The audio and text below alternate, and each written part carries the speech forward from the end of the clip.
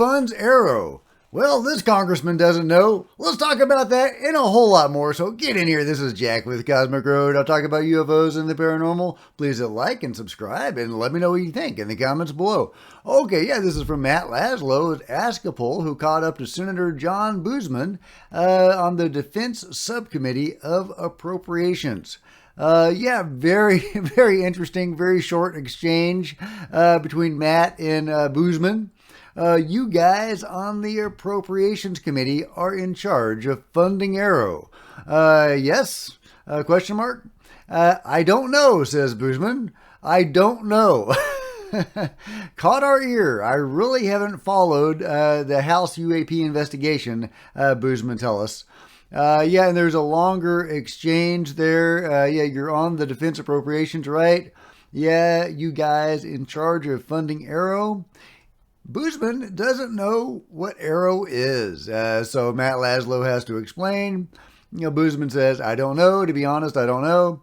Matt says, it doesn't come up as a line item. It probably just falls within the broader Pentagon budget. Boozman says, I'm not. To be honest, I don't know. And then Boozman goes on to say that he has not been following the UAP stuff. Clearly, he didn't even know what AARO was, or at least he says he didn't. But he is on the Appropriations Subcommittee, so it's interesting that he doesn't know anything about it. So, yeah, I don't know. Who do you think is funding AARO? Where is that money coming from? Is Boozman on the level, or is he not on the level? Meanwhile, I think this is encouraging. This is from Fox News. They're showing the Omaha footage released by Jeremy Corbell. I thought this was really interesting because we've been hearing so much about USOs lately, underwater submerged objects. And, this is a really interesting one, a trans-medium object captured by these service people and shared by Jeremy Corbell. And it goes into, a broader conversation on what is going on under the water. What do you think is going on under the water, guys? There's a huge anomalous activity. There's huge anomalous activity under the water. And they come and they go from our seas. And so what is up with that? What is up with that, guys? Yeah, so let's go into, Lou Elizondo's, famous example of this crazy thing. Okay, here it is. Here's Lou talking about this crazy case. I'll tell you, man, some of this stuff was absolutely riveting. One of these days, a story. Let's talk about the stuff. Yeah. Okay. Well, I'll share with you one interesting event that occurred. It's pretty incredible. You have. I'm not going to go into too much detail. I want people to know who it is.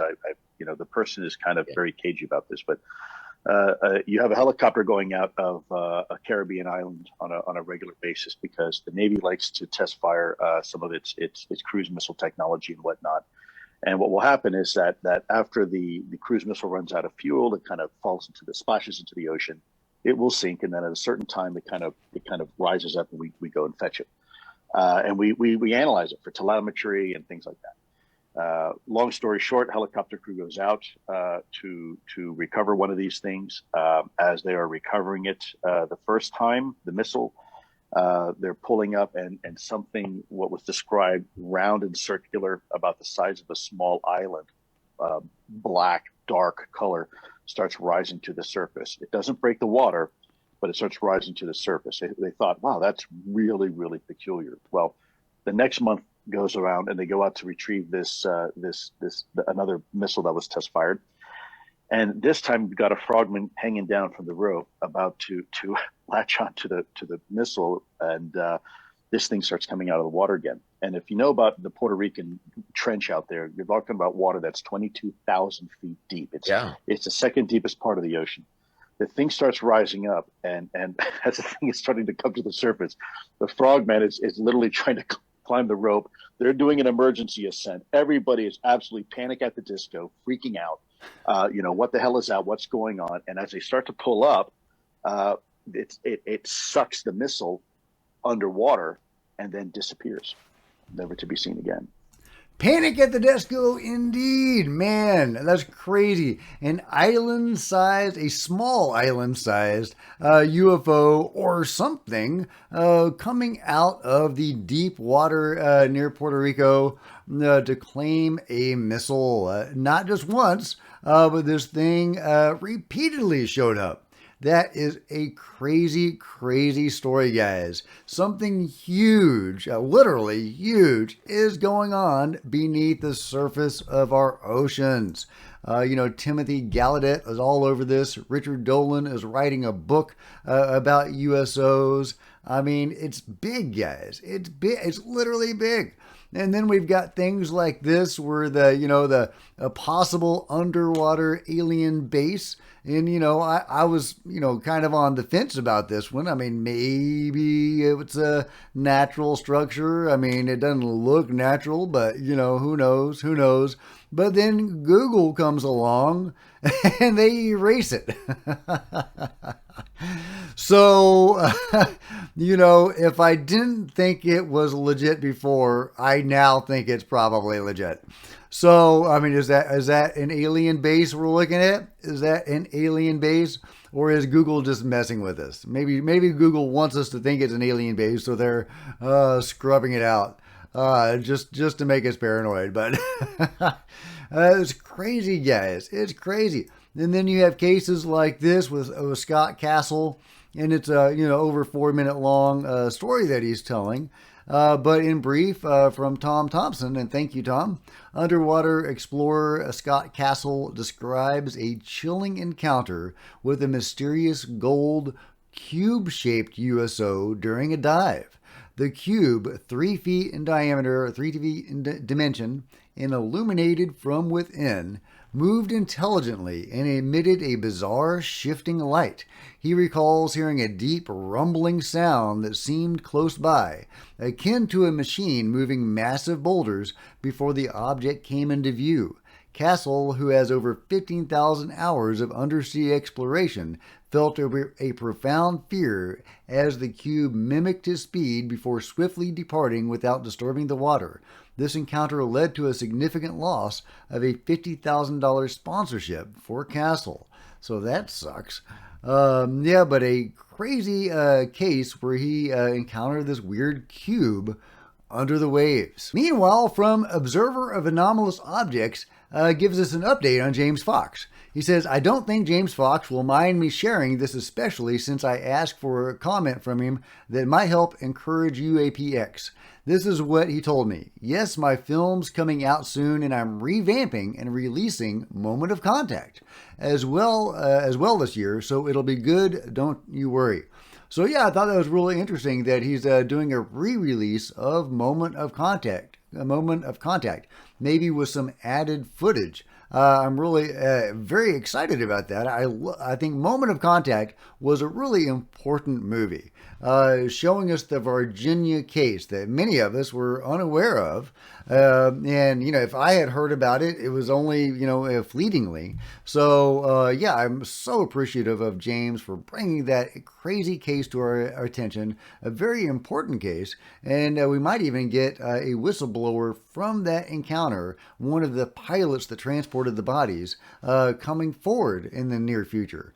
Either way, I'm really excited about this re-release of Moment of Contact. Speaking of things to get excited about, Ross Coulthart talks about whistleblowers coming forward. I think the whole U.A.P. social media community is just going to have to be a lot more patient. Truth will out. Whistleblowers will come forward, but they need time. I'm in conversation with some of them at the moment where they're wrestling with that decision. A number of them are going through the DOPSA process, applying for the Defence Office Pre-Publication Security Review Approval System, like David Grush did. They're hoping that they can get clearance to speak before a public hearing of Congress. It's a hell of a lot safer for them than it is for them to appear on national television in obvious breach of their security clearance and their NDA. And look, I was sad to hear from Tim Burchett that he's also had threats from people who are impatient with the pace of change and the pace of transparency and accountability. I've had the same problem. I've had people outright threaten me in really appalling ways because they're just frustrated and angry that things aren't going as fast as they would like. I've had a lot of people say to me, I should just say I know where this large U.A.P. craft is located. And I've explained very strong reasons exist for why that particularly national security sensitive installation shouldn't be revealed. Okay, and he goes on, but yeah, there you go. So be patient, guys. The whistleblowers are going through the process, and they will come out. And when they come out, we would all like it to be today or tomorrow, but it's probably not going to be. But they are going through the same pipeline that David Grush did, and hopefully they will testify before Congress just as he did. We just have to give him time. Meanwhile, John Bell's got some cool UFOs for us. Check out all this orb action. He had just a whole bunch of orbs just kind of showing up, as he says, just to hang out. I love it. Look at all this coolness. And let's hear John. Maybe he'll interact with him. I'll hang out and do a circle. There he is. Let's hear mine. Yeah, everybody should go check out his channel, Florida Real UFO. And I'll link to it below, of course. But he's got so much great contact. It's just incredible, all the contact that he has been getting. And, often, like in this video, multiple orbs in the same video. And sometimes they'll pulse, give him a power-up, as James Gilliland calls them. One time one struck his truck and rattled his multi-ton truck. So they do have physical presence, which is interesting, but it didn't damage his truck, which is also interesting. So was that the force field interacting with his truck? Oh, and here we go. Here's another one. Here's another one. A big, pretty one. Look at that. Look at that. He even has names for some of them, John does. He calls one of them Tinkerbell. And it shows up a lot, and he has a compilation of Tinkerbell videos. But yeah, some great stuff, and that's not it. Check this out. Here's a UFO that pulses. Look, it'll get brighter and dimmer. There it goes. It's getting dim, and then it brightens up again. I guess that's a power up. Either way, it definitely is pulsing. I think it's pretty cool. Oh, and check this out. This is really interesting because you get two cigar-shaped UFOs or something, lenticular UFOs that are flying in tandem, or else it's one UFO that's bilocated or something like that. It just went by super fast. But here is the slowdown of that. Look at that. It's two distinct objects or one object bilocated or something. And you can see that very clearly. Look at that. Look at that. These two lines that just streak right by and super fast. As you can see, well, look how fast it goes. Look at that. I mean, that is just super fast.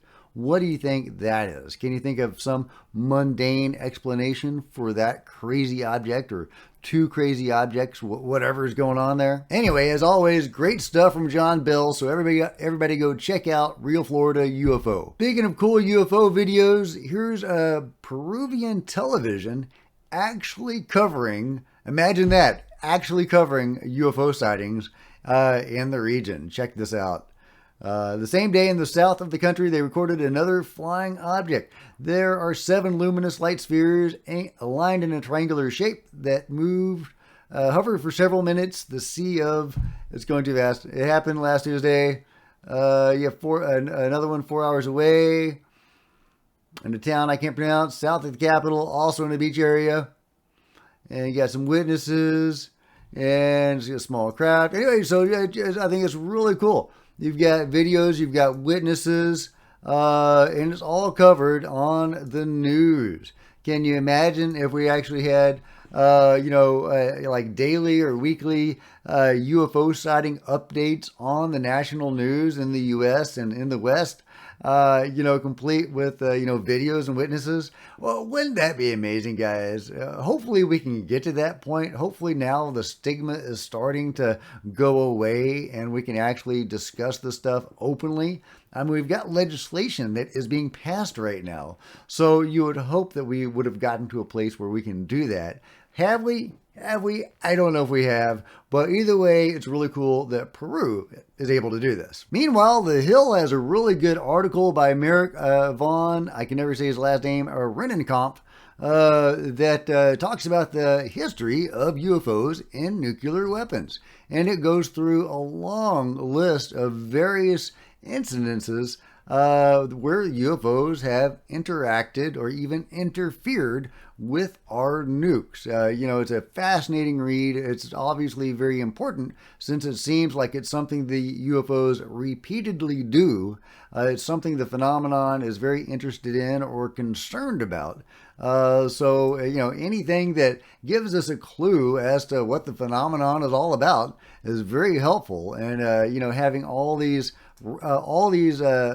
references to go on is definitely very helpful if you are not aware of the history of UFOs and nukes. It's a great read. Meanwhile, speaking of cool sightings, check this out. Researcher Patrick Jackson got this on video. He's using a strobe light to interact with beings and presences, and he got that thing, that face that appeared. There's this mist, there's this fog, and he's using the strobe light, and he caught that face.